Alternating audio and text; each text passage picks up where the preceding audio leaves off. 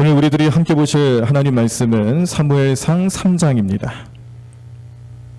사무엘상 3장 말씀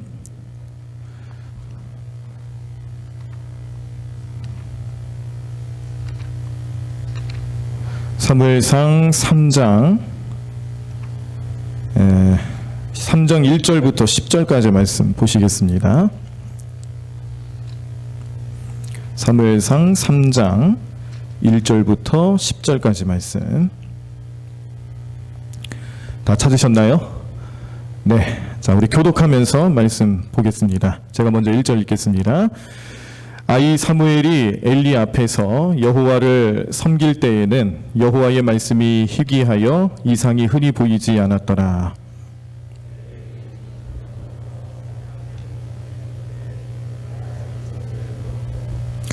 하나님의 등불은 아직 꺼지지 아니하였으며 사무엘은 하나님의 궤에 있는 여호와의 전 안에 누웠더니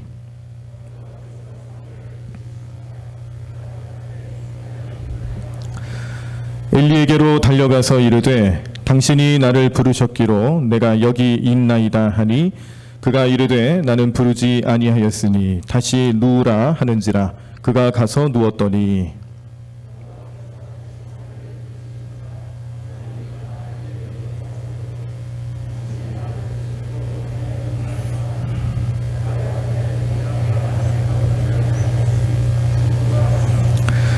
사무엘이 아직 여호와를 알지 못하고 여호와의 말씀도 아직 그에게 나타나지 아니한 때라.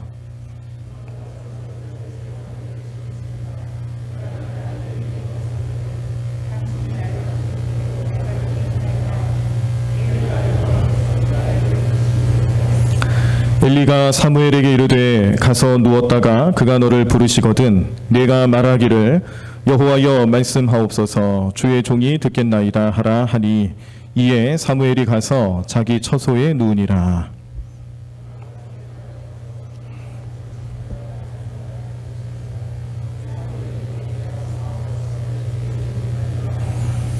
아멘. 네, 10절까지 보셨습니다. 오늘 우리가 사무엘상 3장 말씀을 함께 보시면서 오늘도 우리에게 주시는 하나님의 뜻은 어디 있을까? 하나님의 마음은 우리가 어떻게 살펴볼 수 있을까? 그 은혜를 사모하시는 마음으로 우리 말씀을 보시길 바라고요. 또 이 말씀을 통해서 우리 교회 또 우리 성도님들 삶에 영적인 그런 놀라운 비전들이 함께 나타나기를 간절히 축원합니다. 지난번에 보셨던 2장까지의 말씀에서는 이제 사무엘의 탄생과 그리고 또 그 탄생 과정에서 나타났던 한나의 신앙 고백도 있었고요. 하나님께서 그 한나의 신앙 고백뿐만 아니라 또 사무엘을 이제 젖된 후에 엘리 제사장에게 바치는 그런 한나의 마음을 이제 받아주시면서 거기에 합당한 은혜를 내려주실 때에 그 가정에 또 5명의 자녀를 낳게 하시는 하나님의 은혜가 나타났던 것을 깨닫게 됩니다. 그래서 이렇게 암울하고 또 말씀이 없고 또 하나님을 섬길 만한 그런 제사장이라고 하는 엘리 제사장조차도 그의 아들들이 온갖 행패를 부려가면서 사람들 마음을 아프게 하고 하나님 마음을 아프게 하고 예배 같지 않게 만들어버리는 온갖 만행을 저지르는 그 상황 속에서 이제 엘리 제사장이 할 수 있는 게 아무것도 없죠. 그리고 엘리 제사장의 그런 영성조차도 이제 그 백성들 앞에서 인정받기는 어려울 정도로 그 영적인 상태도 많이 떨어져 있는 그런 모습을 보며 이스라엘 백성의 상태가 이렇구나. 그 당시 상황이 이렇게 하나님 말씀이 없고 또 하나님을 제대로 섬길 만한 정말로 섬길 만한 그런 백성들이 없다라는 것을 단적으로 보여주는 모습들을 느끼실 수가 있었습니다. 또 우리가 금요일에는 지난 심야 기도회 때는 이제 한나가 엘리 제사장을 찾아서 아이를 맡기는 과정에서 한나가 이러한 축복을 받는 거예요. 엘리 제사장을 통해서 또 그에게 복이 임할 것이고 자녀를 낳게 될 것이다라는 축복 선언문도 그가 받아들이면서 믿음으로 바라보면서 정말로 그 일이 나타나게 되는 과정 속에 우리 같았으면 과연 그렇게 할 수 있었을까? 온갖 구설수에 오르고 있는 엘리 제사장 가정 이야기를 사람들이 많이 들었을 것이고 또 엘가나와 한나도 그 이야기를 분명히 들었을 텐데 자기의 정말 소중한 이 아이 어떻게 해서 낳은 아이인데요. 네. 얼마나 소중합니까? 그 아이를 엘리 제사장에게 맡긴다라는 것이 과연 타당한가? 우리 같았으면 그렇게 할 수 있겠는가라는 것을 좀 생각도 해보셨습니다. 저 같으면 못했을 거예요. 그런데 한나는 할 수 있습니다. 이유는 엘리 제사장을 믿는 게 아니거든요. 엘리 제사장을 통해서 나타나시는 하나님의 역사를 믿기 때문에 사람을 보고 하는 게 아니라 하나님을 바라보고 고백하고 결단할 수 있는 한나의 믿음을 우리가 다시 한번 살펴볼 수가 있었습니다. 자, 그렇게 해서 이제 3장 말씀에서는 이제 이 사무엘이 아직 어려요. 그래서 오늘 말씀에도 보면은 1절을 좀 다시 한번 보면요.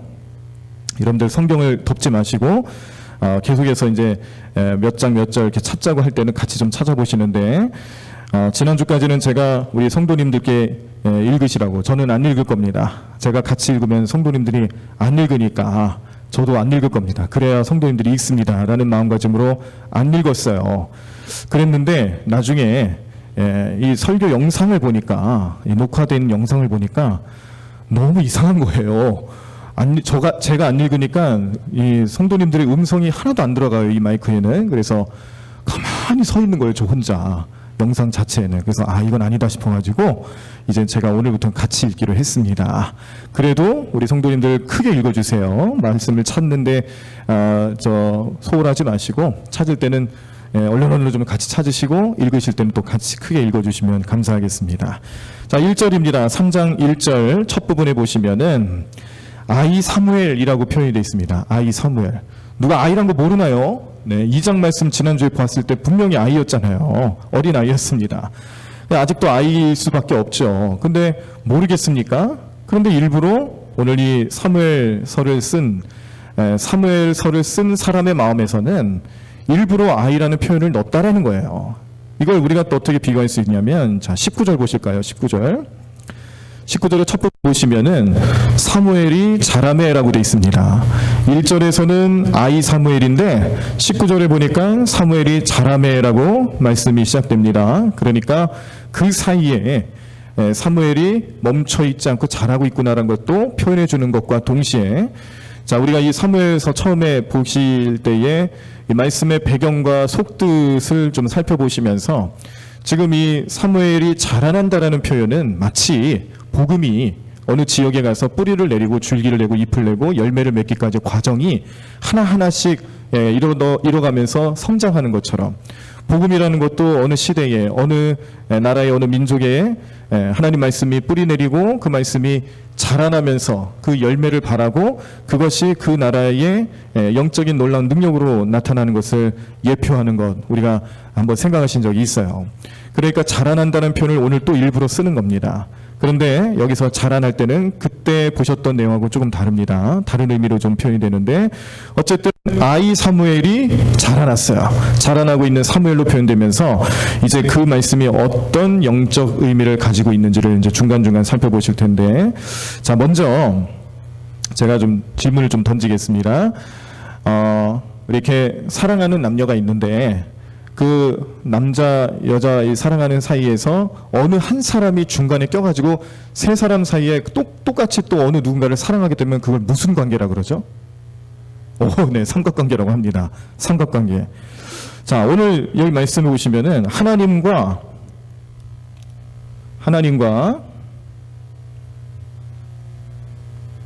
그 다음에 제사장 누구예요?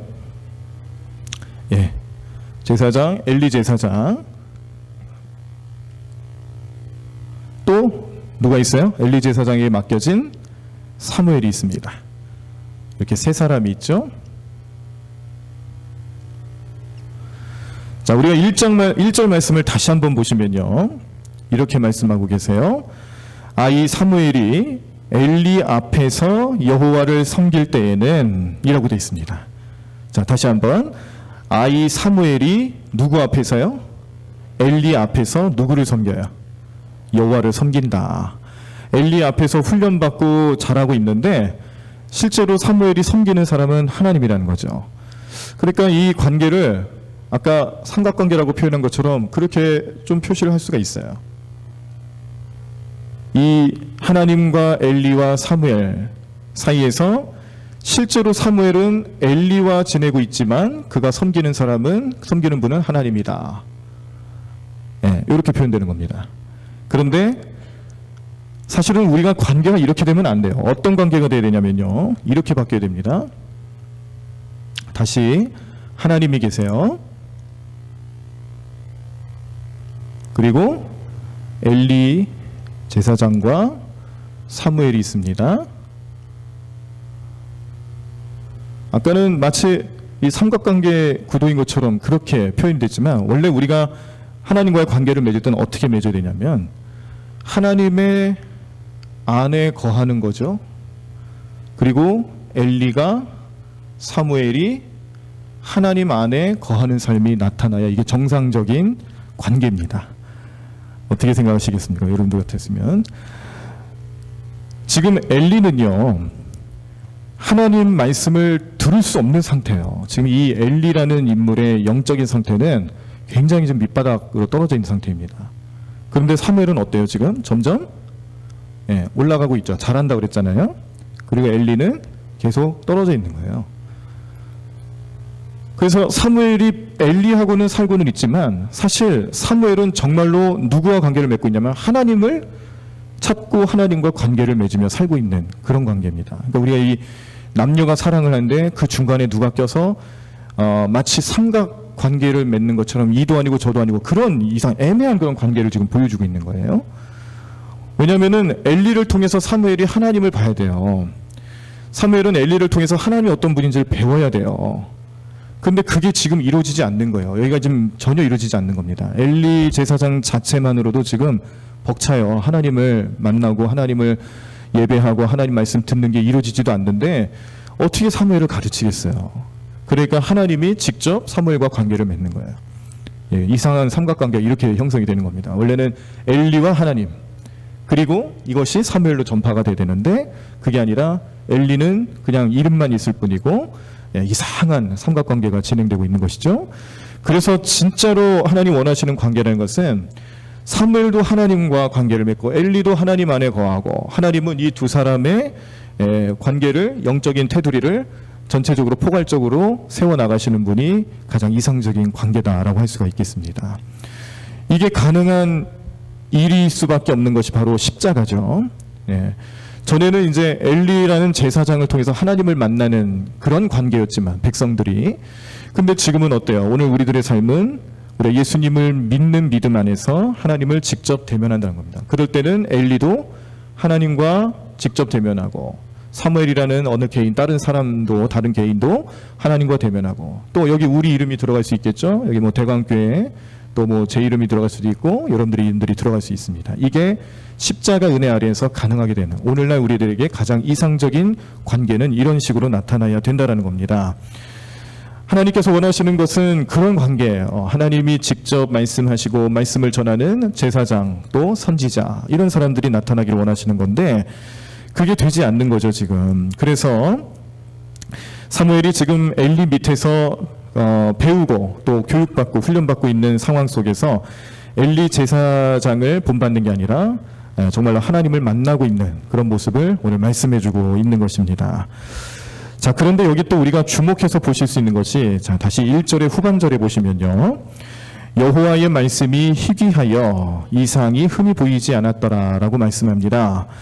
여호와의 말씀이 희귀했다. 희귀하다라는 것은 어떤 의미냐면 말씀을 찾아보기 힘들 정도로 귀하다라기보다는요, 그런 의미보다는 오히려 진정한 복음을 듣는 일이 드물다라는 뜻이에요.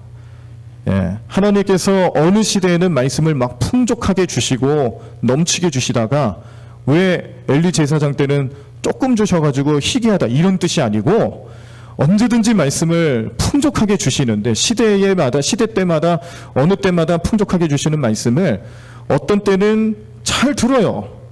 그런데 지금 엘리 제사장의 시대는 사사기의 마지막 시대잖아요. 사사기의 마지막 시대이면서 엘리 제사장 스스로도 자기 자신도 영성이 바닥으로 떨어져 있는 상황에서 들을 귀가 열리지 않는 거죠. 어느 누구도 들을 귀가 없다라는 거예요. 복음을 진정하게 들을 수 있는 귀가 열려있지 않는 그런 상황. 그런 시대를 희귀하다라고 표현하고 있는 겁니다. 그래서 이 말씀이 희귀하고 또 말씀을 듣지 못하는 것들을 어떤 식으로 또 표현하고 있냐면, 자, 2절 보시겠습니다. 2절 한번 같이 읽어보실까요? 시작. 엘리의 눈이 점점 어두워가서 잘 보지 못하는 그때에 그가 자기 처소에 누웠고. 아멘. 네. 자, 2절을 보면은 말씀이 희귀하다라는 것을 이제 어떤 식으로 또 설명하고 표현해 주시냐면요, 엘리 제사장을 통해서 나타내 주시는 건데요, 눈이 점점 어두워졌다라고 말합니다. 이건 단순히 노안을 말하는 게 아니에요. 눈이 어두워졌다는 것은 성경적인 의미로 봤을 때는 두 가지 의미가 있는데요. 자, 첫 번째는 영적인 타락, 두 번째는 몰락을 암시하는 겁니다. 네, 그 시대가 얼마나 영적으로 타락했는지를 보여주는 것이 눈이 어두워졌다라는 것으로 표현되고, 또 하나는 그 시대가 또 몰락하고 있구나, 어느 가문이 몰락하고 있구나, 어느 개인이 신앙적으로 몰락하고 있구나라는 것을 표현해주는 말씀의 내용이 바로 이 어두워졌다, 눈이 어두워졌다는 그런 표현입니다. 자, 말씀을 좀 다른 말씀을 찾아보겠습니다. 이사야 29장을 좀 보실게요. 이사야 29장.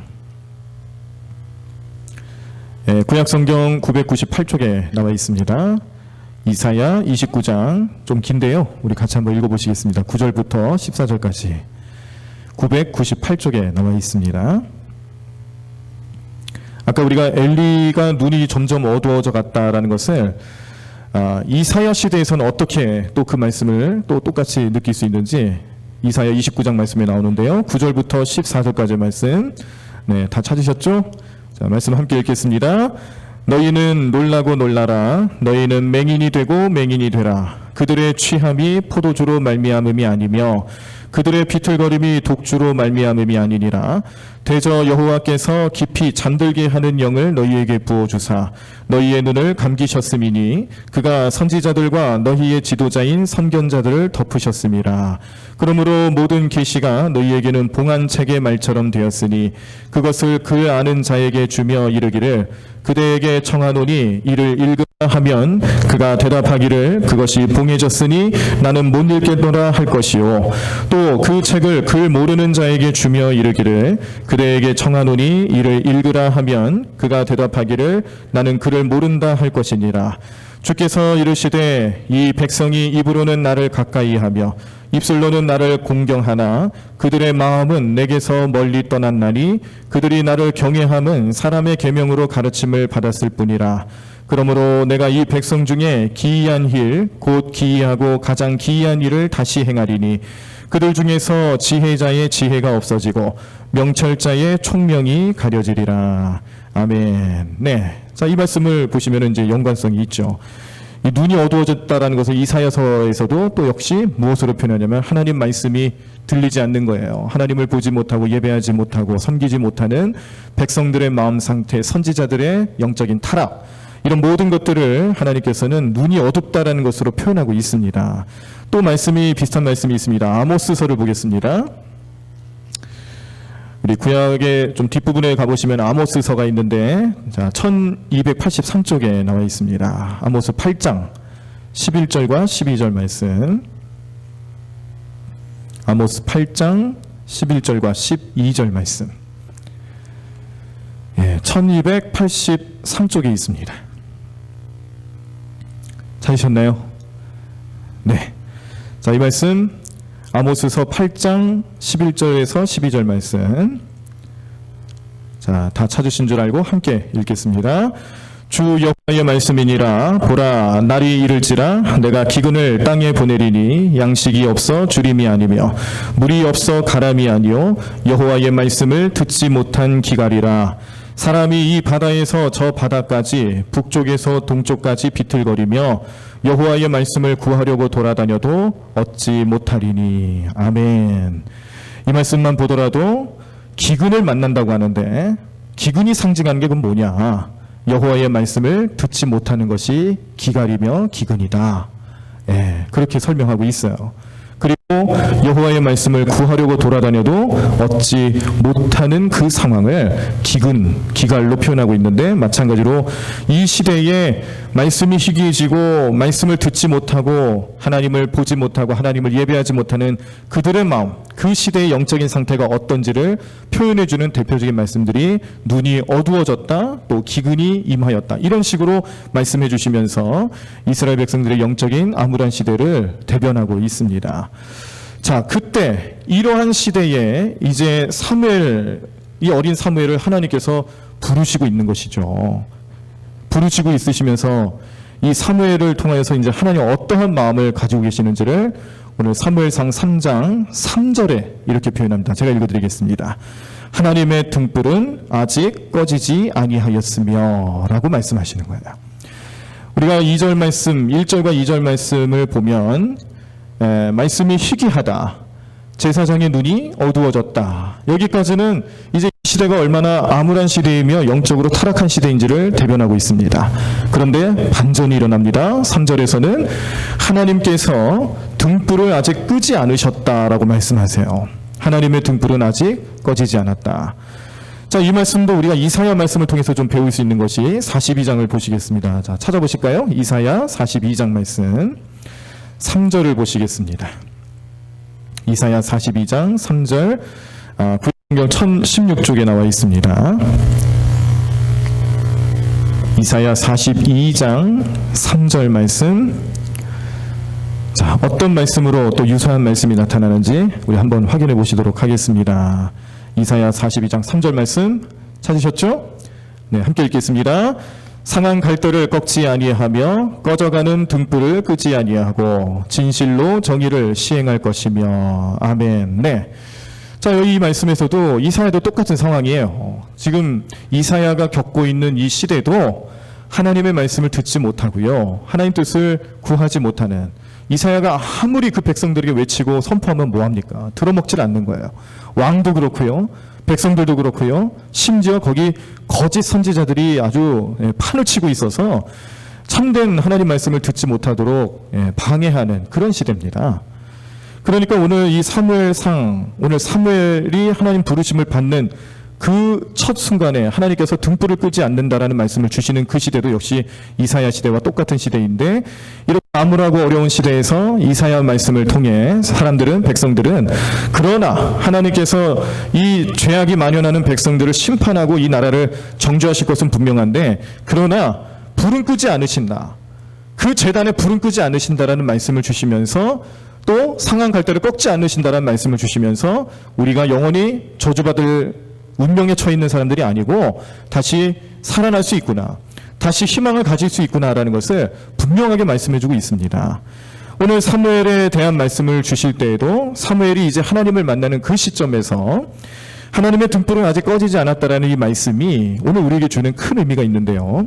어떤 의미가 있냐면 하나님의 자비를 대표적으로 전해주는 말씀이죠. 하나님께서 자비로운 마음을 품고 계신다. 그런데 그 자비는 어떤 식으로 나타나고 있냐면 사무엘이라는 한 사람을 세우셔서 그 사람을 통하여서 이 세상, 이 사람들, 이 시대를 다시 밝히고자 하시는 하나님의 귀한 은혜가 나타나게 될 것이다라는 소망을 주시는 말씀입니다. 당시 사무엘은 아마도 가장 어린 나이였을 겁니다. 이 엘리 제사장 밑에서 교육받는 사람들 가운데서는, 또 뭐 이렇게 제사장 일을 보는 사람들 중에서는 아마 가장 어린 나이에 속해 있을 거예요. 나이가 어리고 비록 뭐 아직 그렇게 뛰어나게 뭔가를 할 수 있는 그런 때는 아니었지만, 그러나 엘리 제사장 밑에서 어쨌든 수련받고 또 열심히 공부하고 있는 그런 상황인데, 아마 사무엘이 했던 일들 가운데 하나가 이 등불을 관리하는 일이었을 겁니다. 제단의 등불을 끄면 안 돼요. 그래서 이 등불을 관리하는 사람이 누구였냐면 제사장들이었는데, 제사장들이 이 순번을 매기고 등불이 꺼지지 않도록 기름도 채워주고 또 심지도 갈아주고 이런 관리들을 합니다.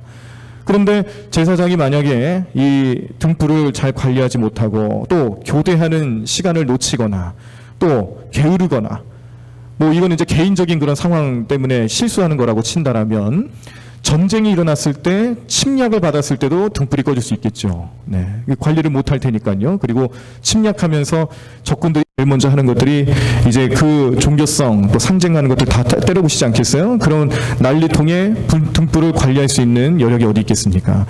그러니까 이 당시에 이제 성직자들이었던 제사장 무리들이 게으르거나 자기 임무를 완수하지 못했을 때 등불이 꺼지고요. 또 전쟁이 임할 때 어떤 침략을 받았을 때 등불이 꺼진 일들이 빈번하게 나타났었는데 등불이 꺼진다라는 것은 하나님 앞에 큰 죄악이었습니다.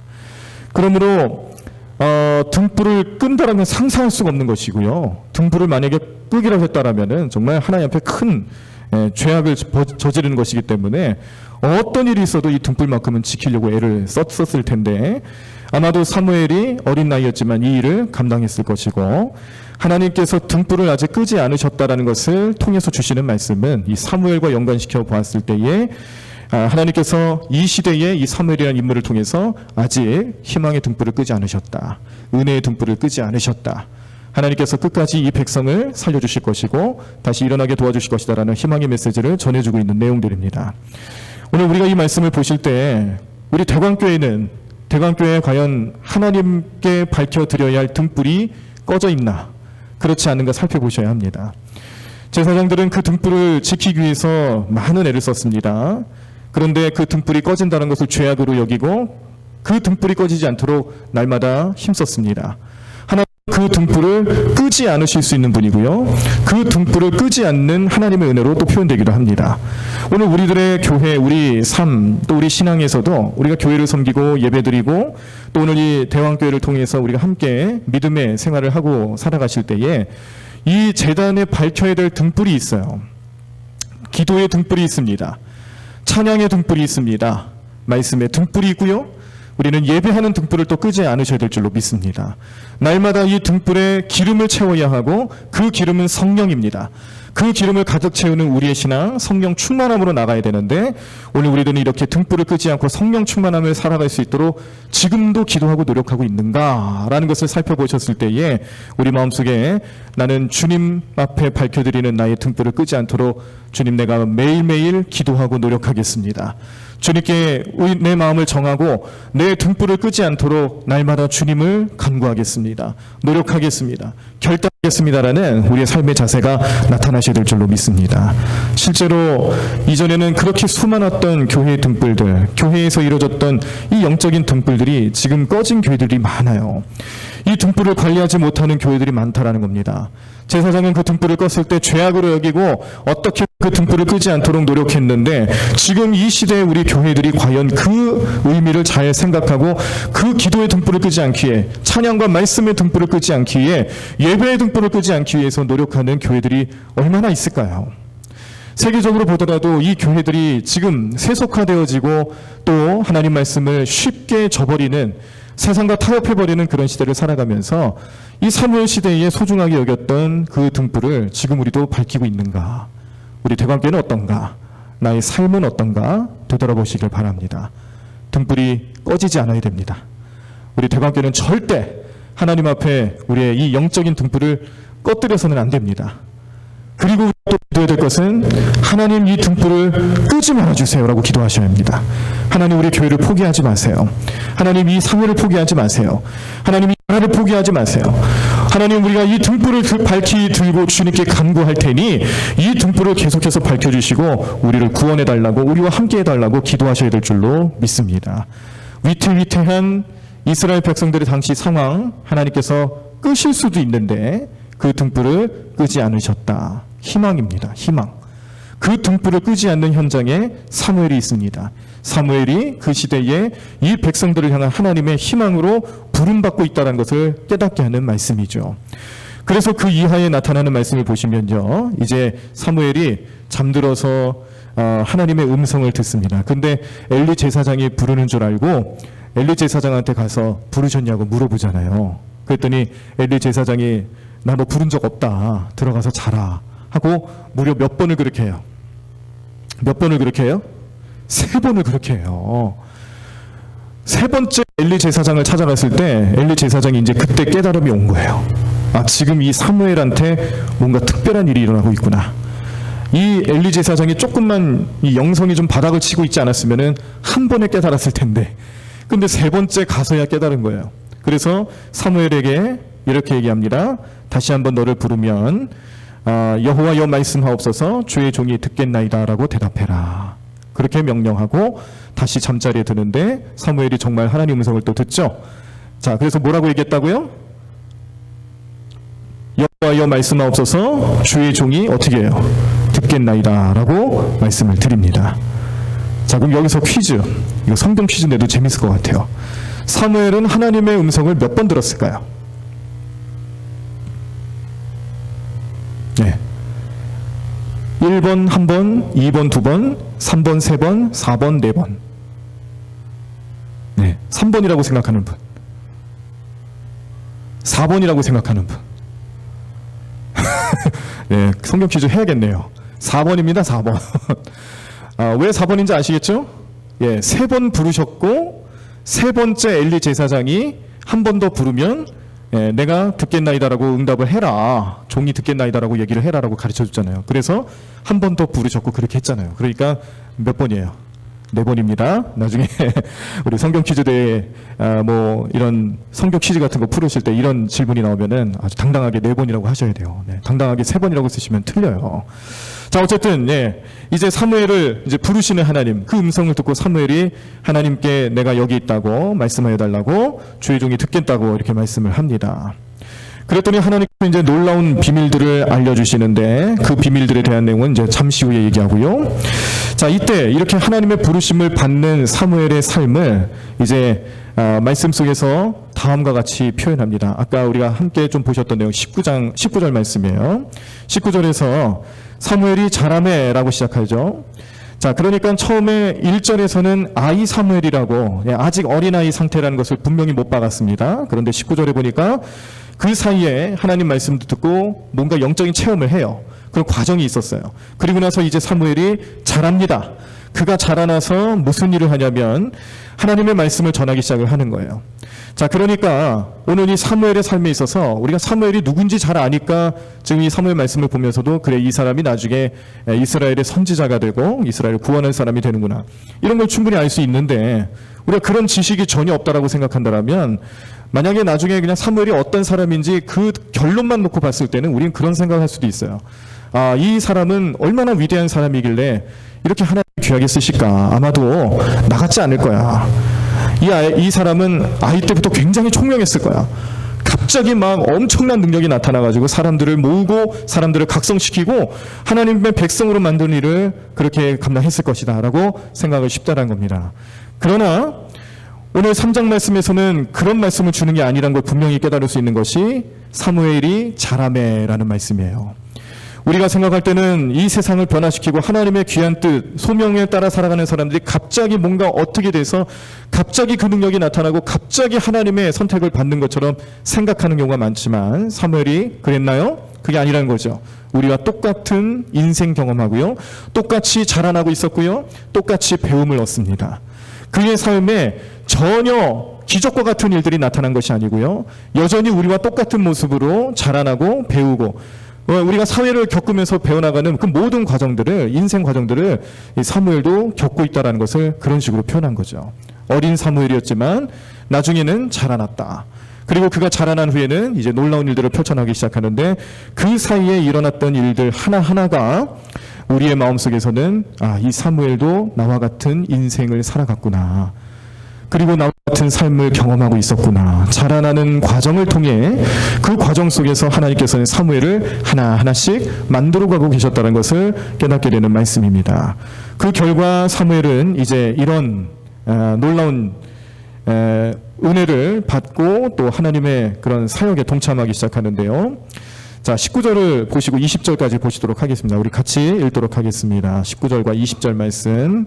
네, 찾으셨죠? 네, 함께 있습니다. 사무엘이 자라매 여호와께서 그와 함께 계셔서 그의 말이 하나도 땅에 떨어지지 않게 하시니 단에서부터 브엘세바까지의 온 이스라엘이 사무엘은 여호와의 선지자로 세우심을 입은 줄을 알았더라. 아멘. 네. 자, 여기 말씀에서 사무엘은 누구를 대면하고 있냐면 이스라엘 백성들을 대면하고 있습니다. 이 사무엘의 입장이었었더라면 이스라엘 백성들을 대면할 수가 없겠죠.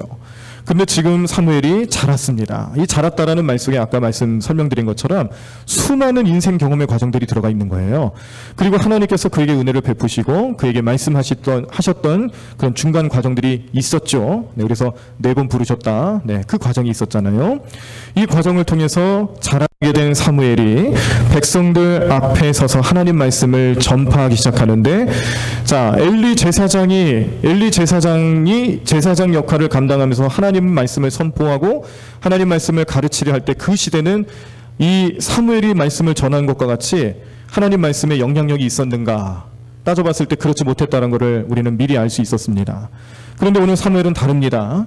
사무엘이 오늘 사람들에게 말씀을 전하고 하나님 말씀을 선포하기 시작할 때에 하나도 땅에 떨어지지 않더라라는 말씀과 단에서부터 브엘세바까지 온 이스라엘이 사무엘은 여호와의 선지자로 세우심을 입은 줄을 알았더라라는 말씀을 주시면서 지금 사무엘의 이 영적인 위치가 어떤 위치냐면 백성들에게 인정받는 선지자로 부름받고 있다는 것을 깨닫게 하는 말씀이죠. 여기 특별히 단에서부터 브엘세바까지라는 이 지명이 나오는 것은 이스라엘 민족 전체를 통칭하는 하나의 다른 표현입니다. 단에서부터 브엘세바까지의 온 이스라엘이라고 할 때는 이스라엘 백성들의 모두를 뜻하는 거예요. 그러니까 오늘 이 사무엘이 이스라엘 백성들 앞에 서서 말씀을 전하는 과정에서 그 누구 하나라도 사무엘의 그런 영적인 리더십 지도력에 대해서 의심하고 또 반기를 품는 사람이 없었다는 것을 얘기하는 거죠. 온 이스라엘 백성들이 다 그를 인정했고요. 하나님께서 그에게 소명 주시고 그를 이끌어가고 계신다는 것을 모든 백성들이 다 알고 깨달았다는 겁니다. 갑자기 된 게 아니라 하나하나씩 인생 경험 쌓아가면서 자라나는 경험을 통하여서 하나님 말씀을 들고 드디어 나타났을 때에 하나님께서는 사무엘을 들어 쓰시고 백성들에게 인정받게 하시는 은혜를 베풀어 주셨다는 것을 생각할 때에 우리도 마찬가지예요. 교회도 마찬가지입니다. 갑자기 어느 순간 뭐가 되는 게 아니죠. 우리는 수많은 인내의 시간, 인고의 고통을 겪으셔야 하고요. 이 영적인 갈급함을 채워나가기 위해서 우리가 겪게 되는 그런 많은 경험들 속에서는 누구 하나 예외 없이 갑자기 되어지는 일보다는 하나님께서 그 과정 하나하나를 생각하시면서 우리를 길러주시고 자라나게 하시고 우리로 세워나가신다는 것을 반드시 기억해야 될 줄로 믿습니다. 하나님은 과정을 무시하시는 분이 아닙니다. 그 과정을 소중히 여기시고 그 과정 속에서 세밀하게 우리와 함께 하시고 계시는 하나님이라는 것을 기억하시면서 오늘 사무엘을 그렇게 세워주신 하나님, 나에게도 임하여 주실 줄로 믿습니다. 오늘 사무엘과 함께 하시면서 사무엘을 자라나게 하시는 하나님께서 오늘 우리의 신앙, 우리의 믿음, 우리의 교회, 또 우리의 가정, 우리 자녀들, 우리 모든 삶의 영역에서 나와 함께 하나님이 그 과정 가운데 계시고 나에게 열매 맺게 하시는 하나님 은혜로 나타나게 될 줄로 믿습니다. 자, 그래서 그 은혜를 힘입은 사무엘 4장 말씀인데요. 우리 3장 말씀을 보다 갑자기 4장으로 좀 넘어가는 또 이유가 있는데 1절 보시겠습니다. 4장 1절 제가 읽어드리겠습니다. 사무엘의 말이 온 이스라엘에 전파되니라. 이스라엘은 나가서 블레셋 사람들과 싸우려고 에베네셀 곁에 진치고 블레셋 사람들은 아벡에 진쳤더라. 자, 4장 1절 말씀의 내용인데요. 여기에 우리가 주목해서 보실 수 있는 내용은 사무엘의 말이 온 이스라엘에 전파되니라 라는 말씀이에요. 자, 이 말씀이 왜 중요할까요? 이 말씀이 중요한 이유는 1절에 나와 있습니다. 자, 1절을 한번 보시겠습니다. 3장 1절.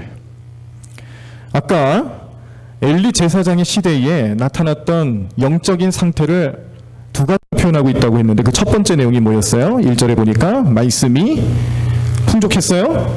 희귀했어요. 말씀이 희귀하다는 것은 하나님 말씀이 부족한 게 아니라 하나님 말씀은 끝까지 풍족히 주시지만 듣는 귀가 또 듣는 사람이 있다 없다라는 거죠. 그러니까 사무엘의 시대에 또 엘리 제사장의 시대에는 말씀이 있긴 있는데 듣는 사람이 없어서 희귀한 거예요. 자, 그런데 4장 1절을 보십시오.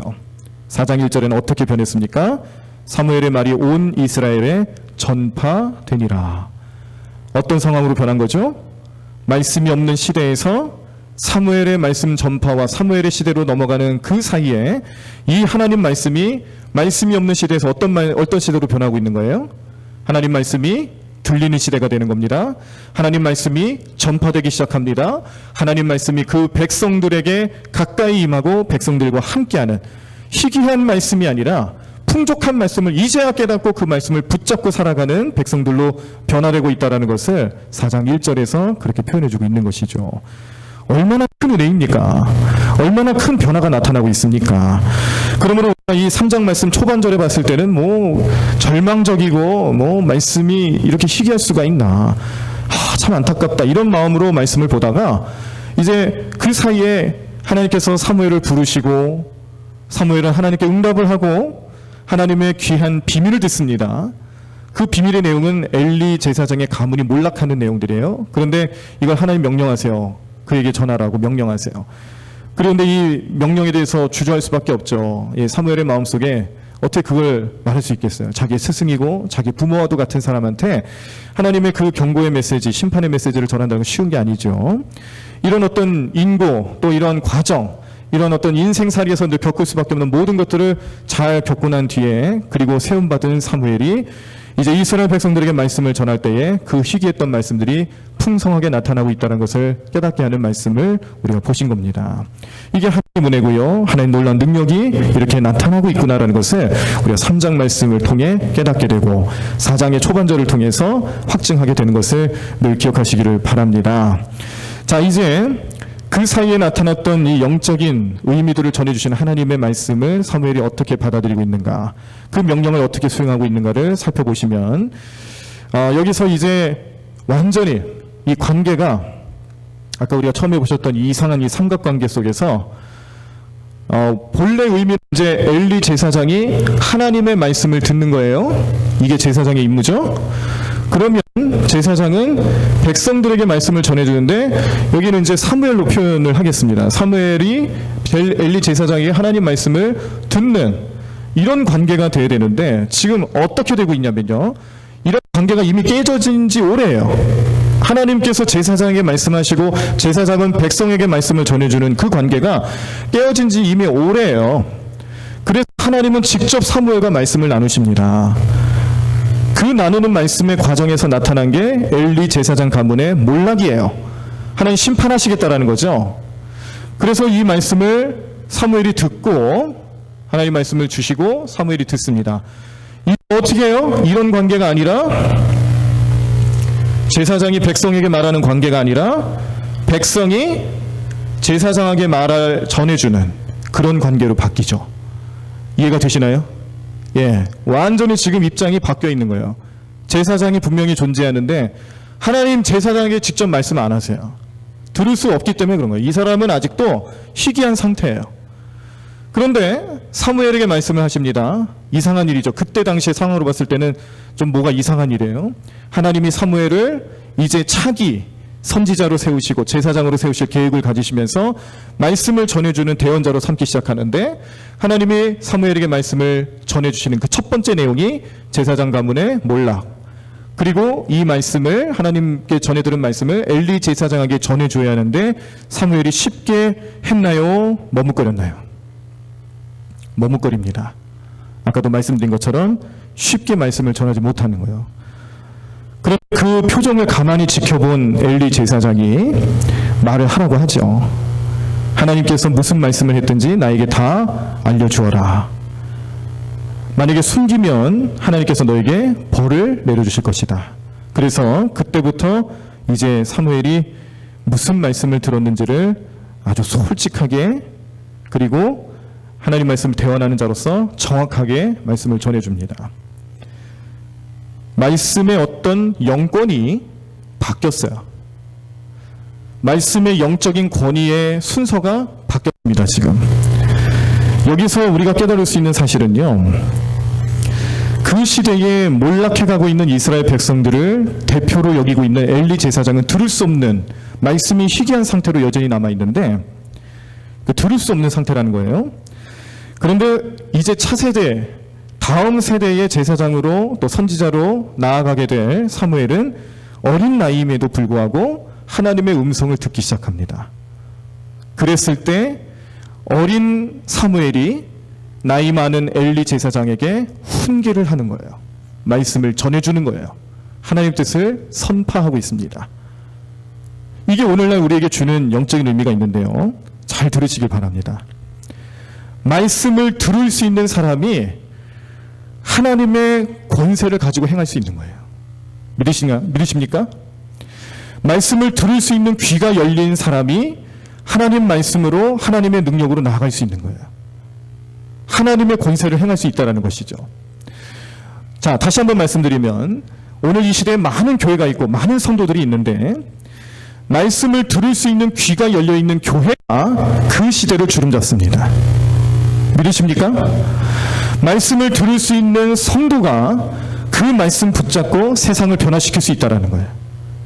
오늘 이 말씀이 별거 아닌 것 같아 보일지 모르지만 이 말씀의 영적인 권위가 어떻게 바뀌고 어떻게 흘러갔는지를 제대로 이해하기 시작하면요, 우리는 신앙생활하는 데 있어서 말씀에 대한 권위가 얼마나 대단한 것인지, 말씀을 듣는 훈련과 삶의 자세가 얼마나 소중한 것인지를 분명하게 깨달을 수가 있습니다.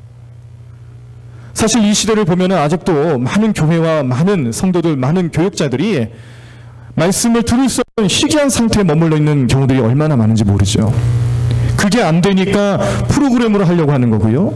그게 안 되니까 그냥 자기만 능력, 자기만의 재주를 가지고 하려고 하는 것이 요즘 교회들의 모습이라는 거죠. 다 좋습니다. 어떤 프로그램을 하든지 어떤 재능을 가지고 이끌어가든지 거기에 대해서 하나님 영광 받으실 것을 믿고 예배하고 준비하는 건 다 좋은 모습이에요. 그것을 통해서 열매를 맺을 수 있다면 더 좋은 것이겠죠. 그런데 정말 중요한 건 무엇인가? 오늘 이 사무엘 말씀을 3장 말씀을 보면서 우리가 정말로 깨달아야 될 것은 사무엘이라는 한 사람 때문에 말씀이 희귀했던 그 시대에 말씀이 넘치기 시작을 했다는 겁니다. 그리고 그 말씀을 전하는 사무엘은 엘리 제사장이 할 수 없었던 하나님의 놀라운 사역과 하나님의 놀라운 일들을 이제 사무엘을 통해서 이끌어 나가기 시작하려고 주님께서 역사하시기 시작하시는데 오늘 그 모습이 우리 삶에서도 나타나야 한다는 거예요. 복음의 초창기 때는 그게 가능했어요. 어느 교회를 가든지 그런 일이 벌어졌고 어느 교회를 가든지 그런 역사가 일어났다는 겁니다. 초대교회 현실을 보더라도 초대교회에서는 기도만 하면 병든 자들이 일어났어요. 바울이 썼던 손수건만 갖다 대도 일어나는 놀라운 역사가 나타났어요. 근데 지금은 왜 그런 일이 일어나지 않는가? 우리의 신앙과 우리의 모습을 생각할 때에 과연 내가 말씀을 듣고 있는가? 말씀을 듣는 내 삶의 말씀이 풍족한 삶을 살아가고 있는가를 생각하실 때에 우리 반성할 게 한두 가지가 아니라는 겁니다. 제가 간절히 바라기로는 오늘 여기 계시는 우리 모든 성도님들 마음속에서는요, 사무엘과 같은 마음가짐으로 말씀을 들을 수 있는 귀가 열리셔야 합니다. 반드시 열리셔야 합니다. 이 듣는 귀가 열리셔야 하나님의 일을 감당할 수 있는 거예요. 하나님의 사역에 동참할 수 있는 거죠. 저에 대한 문제이기도 하고요, 우리 교회에 대한 문제이기도 합니다. 어느 곳에 있든지 내가 하나님 말씀을 들을 수 있는 귀가 열려 있는가? 그 말씀을 듣고 받아들일 수 있는 마음의 자세, 영적인 상태가 지금 여전히 나타나고 있는가를 생각하실 때에 오늘 우리 성도님들 마음속에 또 저의 마음속에 두렵고 떨리는 마음으로 기억해야 될 것은 내가 하나님 말씀을 잘 들을 수 있도록 도와달라는 요청이죠. 우리 스스로 할 수 없기 때문에 우리는 날마다 성령님께 간구해야 됩니다. 하나님의 도우심을 간구해야 하고 또 그 도우심을 위하여서 날마다 우리 삶에 십자가를 품으며 살아가시는 우리 모든 성도님의 삶이 되기를 간절히 축원합니다. 오늘 시대에 어느 누군가가 이 시대의 사무엘이 될 수 있을지 알 수가 없어요. 그러나 주님께서 분명히 말씀하시는 것은 말씀을 듣는 자가 그 시대의 변화를 이끌어갈 놀라운 하나님의 일꾼으로 섬길 수 있다는 사실입니다. 우리 교회가 그렇게 되길 원하고 우리 성도님들이 그런 삶을 살아가길 간절히 축원합니다. 또 우리가 기도하면서 우리 자녀들이 그런 삶을 살아갈 수 있도록 기도해 주시기를 바랍니다. 세상에 많은 그리스도인들이 있고 많은 교회가 있지만 그렇게 평범하고 그렇게 말씀이 희귀한 상태로 그냥 제자리에 머물고 있는 그런 교회와 성도가 아니라 이제는 그들과 구별된 삶을 살아갈 수 있는 특별한 하나님의 은혜를 경험하고 특별한 하나님의 선택을 받을 수 있는 교회와 성도들이 되기를 간절히 축원합니다. 오늘 이 말씀을 기억하시고 마음속에 생각하시면서 앞으로 우리의 삶, 주님 나도 사무엘처럼 주님 말씀 듣게 해주십시오.